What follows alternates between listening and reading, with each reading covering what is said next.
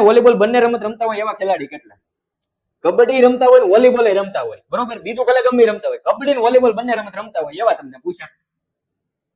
પછી એમાં પાછા જો કબડ્ડી ને વોલીબોલ રમતા હોય એવા પૂછ્યા, હોકી રમતા હોય એ ભલે રમતા હોય, પણ કબડ્ડી ને વોલીબોલ રમે છે એ આપણી માટે મહત્વનું છે, બરોબર. તો વર્તુળ છે એ હોકી વાળા છે, ત્રિકોણ વાળા છે એ કબડ્ડી રમે છે. આ કઈ ગેમ રમે છે? કબડ્ડી રમે છે. લંબચોરસ વાળા શું રમે છે? વોલીબોલ રમે છે.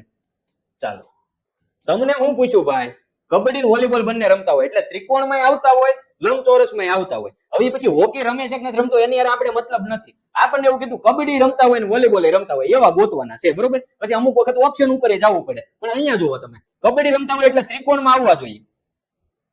કબડ્ડી રમતા હોય એને ત્રિકોણમાં આવવું જરૂરી છે. તો ત્રિકોણમાં આવે છે 2 અને 4. અને વોલીબોલ રમે છે તો કે લંબચોરસમાં આવવા જોઈએ. તો કે 2 અને 4 એવા છે કે જે લંબચોરસમાં આવે છે અને ત્રિકોણમાં આવે છે. જુઓ, આ લંબચોરસ છે એમાંય આવશે, બરોબર. 2 અને 4 છે એ લંબચોરસમાં આવશે મારા વાલા, અને ત્રિકોણમાં આવશે. જુઓ, આ ત્રિકોણમાં 2 અને 4 આવે છે. એટલે આ ભાગ આપણે ધ્યાનમાં લેવાનો છે. એમાં 4 અને 2 એટલે કેટલા થાય? 4 ને 2 નો સરવાળો 6 થાય. એટલે આપણો જવાબ થઈ જાય 6. કેટલો જવાબ થાય? 6 છે એ આપણો સાચો જવાબ થઈ